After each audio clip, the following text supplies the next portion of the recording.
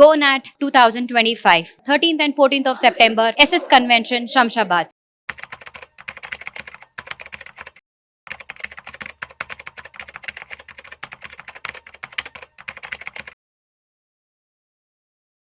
నమస్తే, welcome to Suman TV. నేను విష్ణు. ప్రస్తుతం మనతో పాటు సర్టిఫైడ్ ఫైనాన్షియల్ ప్లానర్ మాధవిరెడ్డి గారు ఉన్నారు. మేడంతో మాట్లాడదాం. నమస్తే మాధవిరెడ్డి గారు. నమస్తే అండి. Welcome to weekend market outlook. ఇవాళ సెప్టెంబర్ 12th ఫ్రైడే. ఒక్కసారి ఇప్పుడు లైవ్ మార్కెట్ ఎక్కడ ట్రేడ్ అవుతుందో చూద్దాము. మనం మాట్లాడుకుంటున్న 12:30 1 గంట ఈ టైంకి సెన్సెక్స్ విషయానికి వస్తే 81,945 వద్ద లైవ్ మార్కెట్ ట్రేడ్ అవుతోంది. నిఫ్టీ విషయానికి వస్తే 25,122 వద్ద లైవ్ మార్కెట్ ట్రేడ్ అవుతుంది. గత వారం రోజుల నుంచి మార్కెట్స్ లో మంచి ర్యాలీ స్టార్ట్ అయింది. చాలా పాజిటివ్ గానే మార్కెట్లు ముందుకెళ్తున్నాయి. మార్కెట్లు ఇంత పాజిటివ్ గా ముందుకు వెళ్ళడానికి ఏ కారణాలు మన ఎకానమీకి దోహదపడుతున్నాయి అంటారు? So it's almost 8th day అండి. కంటిన్యూస్లీ లాస్ట్ మీరు అన్నట్టుగా ఒక వీక్ నుంచి కూడా ఎవ్రీ ట్రేడింగ్ సెషన్ కూడా చాలా పాజిటివ్ గా మార్కెట్స్ అయితే ఫ్లాట్ కానీ పాజిటివ్ గా కానీ మార్కెట్స్ అయితే క్లోజ్ అవుతూ వచ్చాయి. దానికి మేజర్ రీజన్ అయితే ఈ ట్రంప్ కొంచెం ఏవైతే నెగోషియేషన్స్ కి ముందుకు వస్తూ ఉన్నారో, ఇండియాతో మేము మళ్ళీ డిస్కషన్ స్టార్ట్ చేస్తాము, this is not an end, మేము మళ్ళీ నెగోషియేషన్స్ చూసి ఏదో ఒక డీల్ అయితే మేము సెట్ చేసుకుంటాము అని ఆయన కంప్లీట్ గా ఎప్పుడైతే మన మోడీ గారి మధ్య ఆయన మధ్య ట్వీట్ చేసుకోవడం అనేది స్టార్ట్ అయిందో, so markets have taken breathing అండి. పాజిటివ్ అక్కడ నుండే మనకి పాజిటివిటీ అనేది ఎగ్జాక్ట్లీ స్టార్ట్ అయింది. సో ఎన్ని అంటే రేట్ కట్ ఇచ్చినా, జిఎస్టీ రిఫార్మ్స్ ఇచ్చినా సరే మార్కెట్స్ అంత పాజిటివ్గా తీసుకోలేదు. ఎప్పుడైతే ఆయన ఈ రోజు మనం చూసుకున్నట్లయితే కొత్త అప్డేట్ ఏంటంటే, మన కామర్స్ మినిస్టర్ పీయూష్ గోయల్ని కూడా వాళ్ళు అక్కడ యుఎస్ ప్రెసిడెంట్ అక్కడ ఇన్వైట్ చేయడము, అలానే యుఎస్ అంబాసిడర్ ఇండియాకి రావడము ఈ నెక్స్ట్ వీక్స్ లో జరిగిపోతుంది అనే పాజిటివ్ న్యూస్ అయితే కంప్లీట్ గా వచ్చిందండి. సో అదే విధంగా టెక్స్టైల్స్ గురించి కానీ ఇంకా మిగతా ఎక్స్పోర్ట్స్ కి సంబంధించిన మిగతా డీల్స్ గురించి, ఈ ట్రేడ్ నెగోషియేషన్స్ గురించి అయితే చాలా పాజిటివ్ గా మనకి నెగోషియేషన్స్ అయితే స్టార్ట్ అయ్యాయి. So that is what we are seeing. That is the major అండి, మేజర్ రోల్ ఏదైతే మన మార్కెట్స్ మళ్ళీ 25,000 అబౌవ్, ఈ రోజు 25,100 అబౌవ్ ట్రేడ్ అవుతున్నాయంటే దానికి కారణం ఇదే మేజర్ అని చెప్పొచ్చు. అంటే ఇవాళ ఓపెనింగ్ అంటే ఆల్మోస్ట్ మార్కెట్ నిఫ్టీ 25 మార్క్ కూడా క్రాస్ అయిపోయింది. 25,100 అబౌవ్ అవునండి, అవును. సో దిస్ ఈజ్ లైక్ ఇప్పుడు ఇక్కడ నుంచి మనము ట్రెండ్ చూసుకున్నట్లయితే అగైన్ ఇలానే మనకి ఈ పాజిటివిటీ అనేది కంటిన్యూ అయితే 25,500 కూడా మార్కెట్ రీచ్ అయ్యే ఛాన్సెస్ ఉన్నాయి. అలానే మనకి సపోర్ట్ మనం చూసుకున్నట్లయితే 24,800 ఉంది. అలానే 25,000 దగ్గర 24,800, తర్వాత 24,650 అక్కడ మంచి సపోర్ట్ లెవెల్స్ అనేవి మార్కెట్ క్రియేట్ చేసుకున్నాయి. రెసిస్టెన్స్ లెవెల్స్ చూసుకుంటే 25,250 ఇప్పుడు మార్కెట్స్ 25,120 ఆ రేంజ్ లో ఉన్నాయి. 25,250 దగ్గర మనకు కొంచెం రెసిస్టెన్స్ అనేది ఉంది. బట్ ఏదైనా పాజిటివ్ న్యూస్ వస్తే మాత్రం మార్కెట్స్ విల్ రీక్లెయిమ్ 25,500. అండ్ అదేవిధంగా సెబీ వైపు నుంచి కూడా మరొక ఇంపార్టెంట్ అప్డేట్ కూడా రావడం జరిగింది. అండ్ వీక్లీ ఎక్స్పైరీలు కూడా తీసేస్తున్నారంటూ కూడా ఇవాళ నేను న్యూస్ పేపర్ లో చదివాను. ఒక్కసారి దాని గురించి డీటెయిల్ గా చెప్పగలరు? అసలు ఈ ట్రేడింగ్ గురించి, ఫ్యూచర్స్ అండ్ ఆప్షన్స్ గురించి ఒక 1 year నుంచి చాలా చేంజెస్ తీసుకొచ్చారండి. సో చేంజెస్ తెస్తూనే ఉన్నారు. దాంట్లో భాగంగా మనం రీసెంట్ గా చూసాము, ఎక్స్పైరీ డేస్ మార్చేశారు. అంటే ఇప్పుడు ఏంటంటే నిన్ననే మనకి BSE లో మనకి సెన్సెక్స్ ఎక్స్పైరీ వీక్లీ ఎక్స్పైరీ జరిగింది. NIC ఎక్స్పైరీ మనకి థర్స్డే ఉండేది ట్యూస్డే అయిపోయింది. అంటే ఎక్స్పైరీ డేస్ ని మార్చారు.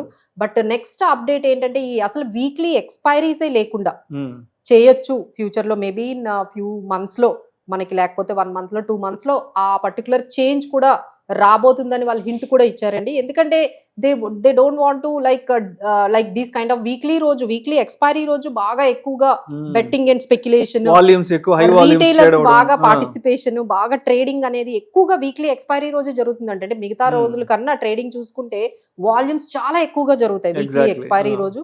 సో దీన్ని డిస్కరేజ్ చేద్దాము అని చెప్పేసి అసలు వీక్లీ ఎక్స్పైరీస్ కూడా లేకుండా మనం ఫ్యూచర్ లో చూడొచ్చు.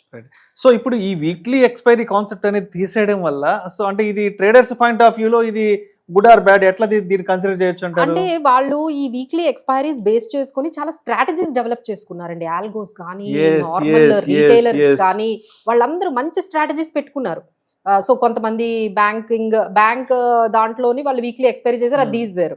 సో తర్వాత సెన్సెక్స్, తర్వాత నిఫ్టీ మాత్రమే ఉన్నాయి అన్నారు. ఓకే, అందులో కనీసం అందులో ట్రేడింగ్ అనేది చేసుకుంటున్నారు, ఒక స్ట్రాటజీ పెట్టుకున్నారు, పుట్ కాల్ రేషియో స్ట్రాటజీస్ కానీ, లేకపోతే స్ప్రెడ్ కి సంబంధించిన స్ట్రాటజీస్, స్ట్రాంగిల్, ఇలాంటి చాలా స్ట్రాటజీస్ వాళ్ళు ఫిక్స్ చేసుకొని ఉన్నారనమాట. సో అది వాళ్ళకి అలవాటు. ఎవ్రీ వీక్ రాగానే ఆ ఎక్స్పైరీ రోజు కంప్లీట్ గా ఒక 20,000 30,000 వాళ్ళకి తగ్గట్టుగా ఎంత అయితే ₹1,00,000 కూడా లక్షల్లో కూడా తెచ్చి ఆ రోజు ఆ ఒక్క రోజే అనేది బాగా ట్రేడింగ్ చేసేవాళ్ళండి. ఇప్పుడు అది వాళ్ళకి నిజంగా ఇది డిసప్పాయింటింగ్ న్యూస్, ఎస్పెషల్లీ రీటైలర్స్. మీరు చెప్తుంటే నాకు గుర్తొస్తుంది, రెగ్యులర్ గా మనం చూస్తుంటాం, పలానా స్ట్రాటజీ ద్వారా మేము ఇవాళ 20,000 సంపాదించాము, పలానా స్ట్రాటజీ ఉపయోగించి మేము ఈ నెలలో ₹1,00,000 ప్రాఫిట్ తీసామంటారు.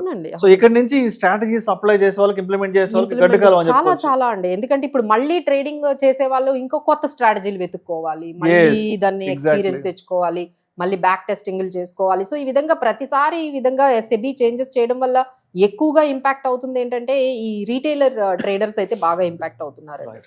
అండ్ మరొక 2 మేజర్ న్యూస్లు కూడా మార్కెట్ ని బాగా ఇంపాక్ట్ చేస్తున్నాయి. అండ్ ఇన్ఫోసిస్ అండ్ టీసీఎస్ వాళ్ళు కూడా షేర్స్ బైబ్యాక్ చేస్తున్నారు. అవునండి, ఒకసారి దాని గురించి డీటెయిల్ గా చెప్పండి. షూర్ అండి. అసలు ఈ మొత్తం అంటే ఏదైతే మనము మార్కెట్ ఈ ఫాల్, షార్ప్ ఫాల్ అనేది చూసామో, మిగతా మార్కెట్స్ అన్ని అంటే యుఎస్ మార్కెట్స్ కానీ మిగతా మార్కెట్స్ అన్ని కూడా, ఏషియన్ మార్కెట్స్ లాస్ట్ 1 month మీరు రిటర్న్స్ చూసుకుంటే అన్ని చాలా బాగున్నాయండి. మనమే లీస్ట్ లో ఉన్నాం. ఇండియానే చాలా చాలా లీస్ట్ లో ఉంది 1 month రిటర్న్స్ నిఫ్టీ చూసుకున్నట్లయితే. సో ఈ విధంగా మిగతా మార్కెట్స్ అంటే ఎంటైర్ వరల్డ్ రిటర్న్స్ బాగున్నాయి. మన ఇండియన్ మార్కెట్సే బాగా ఈ 1-2 months నుంచి, లేకపోతే లాస్ట్ 6 months నుంచి బాగా డీప్ ఫాల్ లోకి వెళ్ళాయండి. సో నౌ ఇట్ ఈ స్టార్టెడ్ రికవరింగ్ మనం కూడా. సో ఇందులో బాగా ఫాల్ అయ్యింది ఏంటంటే ఐటీ స్టాక్స్. ఈ బికాస్ ఆఫ్ ట్రంప్ ఇష్యూస్ వల్ల కానీ, ఇంకా మేజర్ అదర్ ఇష్యూస్ వల్ల కానీ బాగా ఐటీ స్టాక్స్ అయితే 52 వీక్ హై నుంచి 20-30% కూడా బాగా ఫాల్ అయ్యాయండి. సో ఇప్పుడు ఏంటంటే అక్కడ మంచి ఆపర్చునిటీ వచ్చింది బయింగ్ కి. సో దాన్ని ప్రమోటర్స్ ఎన్కాష్ చేసుకుందామని, ఎందుకంటే they know the value of the stock. మీరే బిజినెస్ ని డెవలప్ చేస్తున్నప్పుడు మీకు తెలుస్తుంది కదా దాని వాల్యూ ఎంత ఉంది, చాలా వరకు అది పడిపోయింది. So this is the right time to buy అని చెప్పి వాళ్ళు బైబ్యాక్ 18,000 crores ఇన్ఫోసిస్ వాళ్ళు స్పెండ్ చేస్తున్నారండి బైబ్యాక్ కి. సో ఆల్మోస్ట్ ఈ షేర్ ప్రైస్ 1,800 అని చెప్పి పెట్టుకున్నారు.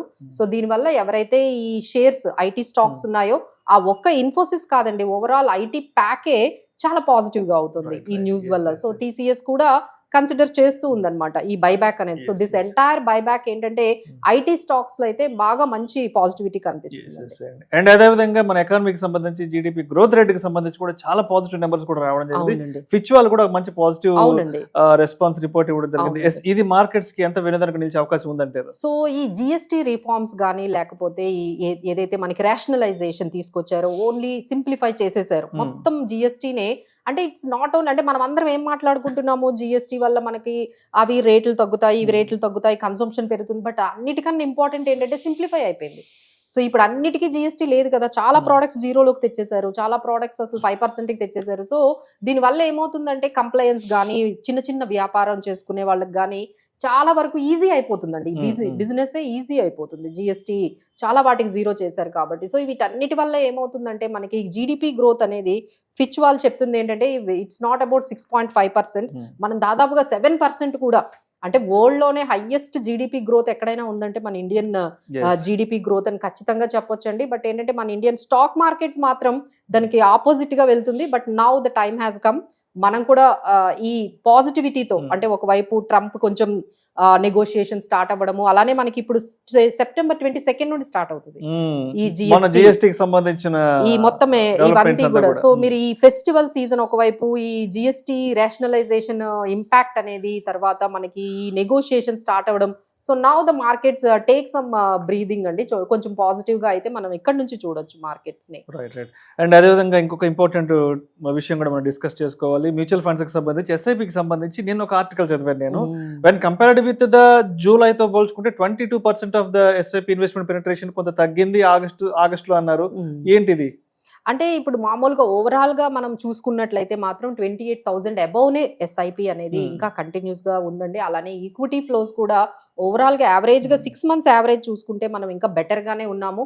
So all thanks to the retail investors. ఇంత పానిక్ సిచ్యువేషన్ లో కూడా ఎఫ్ఐఐస్ కంటిన్యూస్ గా అండి, యూ డోంట్ బిలీవ్ ఆల్మోస్ట్ ఒక 5 lakh crore సెల్ చేసి ఉంటారు. అంతకి ఈక్వల్ గా మన వాళ్ళు 5 lakh crore పెట్టారండి ఈక్విటీలో. అంత నమ్మకంతో మన రీటైలర్స్ అందరూ కూడా మార్కెట్స్ ని డిఐఐస్ ఈ విధంగా ఫాల్ అవ్వకుండా, ఇంత పానిక్ లో కూడా ఈ విధంగా మార్కెట్స్ ఈరోజు స్టెబిలైజ్ అయ్యాయి. ఇంత ఎఫ్ఐఐ సెల్లింగ్ జరుగుతున్నా, లేకపోతే ఇన్ని యుఎస్ ట్రంప్ ఇంత నెగిటివ్ గా మన వైపు ఉన్నా, బట్ స్టిల్ మన రీటైలర్స్ అయితే అంతే కాన్ఫిడెన్స్ తో మన మార్కెట్ లో ఇన్వెస్ట్ చేసి, సో ఫైనల్ గా ఎస్ఐపీస్ కూడా తగ్గలేదు. అలానే మన ఈక్విటీలో కూడా ఇన్ఫ్లోస్ కూడా ఆ విధంగానే ఉన్నాయండి. So all because of these through mutual funds SIPs ద్వారా మన మార్కెట్స్ ఈ విధంగా స్ట్రాంగ్ గా ఉన్నాయి. సో అయితే లాస్ట్ ఒక 8 days నుంచి మార్కెట్స్ లో మంచి పాజిటివ్ ర్యాలీ అయితే స్టార్ట్ అయింది. మంచి అంటే మార్కెట్స్ లో దలాల్ స్ట్రీట్ లో మంచి సందడి అయితే చూస్తున్నాం కదా. సో అంటే ఇప్పుడు పాజిటివ్ గా ఉన్న సెక్టార్స్ కానీ స్టాక్స్ ఏ ఉన్నాయి మన రాడార్ లో ఉంచి పెట్టుకోవడానికి? బికాస్ ఎందుకంటే మాన్సూన్ కూడా చాలా పుష్కలంగా ఈ సంవత్సరం దేశం అంతా కూడా మాన్సూన్ వచ్చింది. అండ్ ఎఫ్ఎంసీజీ సెక్టర్ కూడా మంచి వృద్ధి రేట్లోకి వచ్చింది కాబట్టి ఇప్పుడున్న పాజిటివ్ స్టాక్స్ ఆర్ సెక్టర్స్ ఏమంటారు? సో ఈ విషయంలో ఏంటంటే మనం ఒక పాయింట్ అయితే బాగా మైండ్ లో పెట్టుకోవాలండి. ఒకవైపు ఏంటంటే ట్రంప్ చేసే ఈ ట్రేడ్ నెగోషియేషన్స్ వల్ల ఏ సెక్టార్స్ పాజిటివ్ గా అవ్వబోతున్నాయి మళ్ళీ. ఇట్ కుడ్ బి టెక్స్టైల్స్ గురించి ఆయన ఏదో పాజిటివ్ గా ఒక నెగోషియేషన్ తీసుకొద్దాం అనుకుంటున్నారు. అలానే ఫుడ్ కి సంబంధించిన విషయంలో కూడా ఆయన కొన్ని ట్రేడ్ నెగోషియేషన్స్, ఇలా ఆయన వైపు నుంచి ఎక్కడ ఏ సెక్టార్ లో ఆయన నెగోషియేషన్స్ ట్రేడ్ డీల్స్ జరగబోతున్నాయో ఆ సెక్టార్స్ కి అయితే పాజిటివ్ గా ఉంటుందండి. I have given like textiles కానీ, లేకపోతే ఫుడ్ కి సంబంధించిన కొన్ని బిజినెసెస్. అలానే నెక్స్ట్ ఏంటంటే ఈ జిఎస్టి రేషనలైజేషన్ వల్ల మీరు అన్నట్టుగా ఎఫ్ఎంసీజీ, డాబర్ కానీ, నెస్లే కానీ, ఇలా మనకి కొన్ని ఎఫ్ఎంసీజీ స్టాక్స్, అలానే మన consumable durables, so like ACs కి సంబంధించినవి, వాషింగ్ మిషన్, హోమ్ అప్లయన్సెస్ సంబంధించిన ఈ కొన్ని, బజాజ్ కి సంబంధించిన, ఇవన్నీ కొన్ని మనం వెళ్ళొచ్చండి. ఆ తర్వాత మనం ఏంటంటే ఇప్పుడే చెప్పుకున్నాం ఐటీ ఏంటంటే చాలా బీటన్ అప్ అయిపోయిందండి. ఇప్పుడు there is a good value buying అనేది జరగబోతోంది. సో ఈ బైబ్యాక్ వల్ల కూడా మొత్తం పాజిటివిటీ అనేది ఐటీ స్టాక్స్ లో రాబోతుంది. సో ఐటీ స్టాక్స్ ని కూడా రాడార్ లో పెట్టుకోవచ్చు. సో చాలా స్టాక్ స్పెసిఫిక్ గా, సెక్టార్ స్పెసిఫిక్ గా ఈ ఇన్ఫర్మేషన్ ని మనం పాస్ చేసుకుంటూ, ఈ ఇన్ఫర్మేషన్ వల్ల ఏ స్టాక్స్ పాజిటివ్ లోకి వచ్చాయి. ఎగ్జాంపుల్ ఈ జిఎస్టీ వల్ల సిమెంట్స్ బాగా పెరుగుతాయండి, ఇన్ఫ్రాస్ట్రక్చర్ అనేది బాగా డెవలప్ అవుతుంది. సో సిమెంట్ సెక్టార్ లో మళ్ళీ ఏ స్టాక్ తీసుకోవాలి అంటే లైక్ అల్ట్రాటెక్ సిమెంట్ కానీ, డాల్మియా, ఇలాంటి కొన్ని అంటే సెక్టార్ స్పెసిఫిక్ గా ఉండాలి,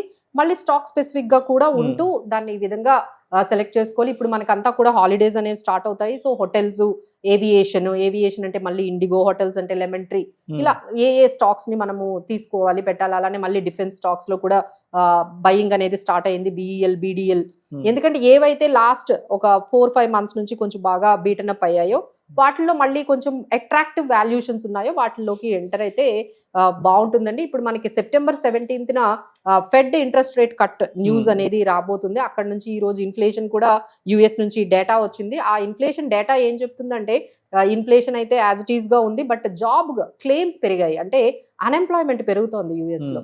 సో ఎప్పుడు లేనంతగా జాబ్ క్లెయిమ్స్ పెరుగుతున్నాయి. సో ఈ జీడిపి కొంచెం ఇంకా దానికి తగ్గుతుంది కాబట్టి తప్పకుండా అక్కడ రేట్ కట్ అనేది జరుగుతుంది అనేది ఈ September 17th ఆ న్యూస్ కూడా వచ్చింది అంటే మళ్ళీ మార్కెట్స్ లో పాజిటివిటీ అనేది మనకి కనిపిస్తుంది. So all these news are triggering is very much good for the finally for the stock markets. Yes, and what about the market support and resistance levels ఎక్కడ తీసుకునే అవకాశం ఉంది? అండ్ మండేకి మార్కెట్స్ ఎలా ఉండే అవకాశం ఉంది? ఎందుకంటే లాస్ట్ 1 week నుంచి పాజిటివ్ గా ఉంది కాబట్టి మండేకి ఎలా రెడీగా ఉండాలి మార్కెట్? సో మార్కెట్స్ ఆర్ కొంత ప్రాఫిట్ బుకింగ్ కూడా జరుగుతోందండి. ఒకవైపు ఎక్కడైతే బయింగ్ అనేది జరుగుతుందో ఒక లెవెల్ కి వచ్చిన తర్వాత అంటే ఒకేసారి అయితే మార్కెట్స్ వెళ్ళే అవకాశం లేదండి. సో ఒకసారి ఒక 300-400 పాయింట్స్ అయిన తర్వాత అక్కడ కొంచెం ప్రాఫిట్ బుకింగ్ వస్తుంది. అంటే ఇప్పుడు మనకి 25,000 దగ్గర చాలా సార్లు మార్కెట్స్ మళ్ళీ కిందకు వచ్చేసాయి, ఎందుకంటే ప్రాఫిట్ బుకింగ్ జరిగింది. ఇప్పుడు నెక్స్ట్ లెవెల్ 25,250 దగ్గర రెసిస్టెన్స్ కనపడుతుందండి. అక్కడ మీకు ఏమైనా కొంచెం రెసిస్టెన్స్ అనేది కనిపిస్తుంది, అది కూడా మనం అధిగమించామంటే దెన్ వీ కెన్ సీ 25,500 అనేది మనం చూడొచ్చు. ఇవి మనకి రెసిస్టెన్స్ లెవెల్స్. సో మనం సపోర్ట్ లెవెల్స్ చూసుకుంటే 25,800 దగ్గర మంచి సపోర్ట్ అండి. మార్కెట్ ఇలా 25,800 రాగానే బయింగ్ అనేది ఉంటుంది. Next support level 24,650. సో ఈ రేంజెస్ ని మనము immediate supports and resistance levels చూసుకుంటూ ఏదైనా మీకు ఆపర్చునిటీ వస్తే మనం చెప్పినట్టుగా ఈ జిఎస్టీ రిలేటెడ్ స్టాక్స్ కానీ లేకపోతే ఐటీ రిలేటెడ్ స్టాక్స్ ఇలాంటివి అంటే ట్రంప్ రిలేటెడ్ నెగోషియేషన్స్ కి సంబంధించిన ఈ న్యూస్ ని ఫాలో అవుతూ స్టాక్ స్పెసిఫిక్ గా సెక్టార్ స్పెసిఫిక్ గా అయితే బై చేసుకోవచ్చు. Thank you so much Madhavi Reddy గారు. అసలు అంటే ఈ వారం అంతా మార్కెట్లో ఏం జరిగింది అండ్ నెక్స్ట్ వీక్ మార్కెట్లో ఎటువంటి అప్డేట్స్ రాబోతున్నాయి, మండేకి ట్రేడర్స్ అండ్ ఇన్వెస్టర్స్ అని ఏ విధంగా సిద్ధంగా ఉండాలి అని అన్ని రకాల మార్కెట్స్కి సంబంధించిన అన్ని ఇన్సైట్స్ గురించి మన ఆడియన్స్కి చాలా డీటెయిల్డ్గా అండ్ మీ స్టైల్లో మీ అనాలిసిస్ తెలియజేసి thank you so much Madhavi Reddy గారు. థ్యాంక్ యూ అండి.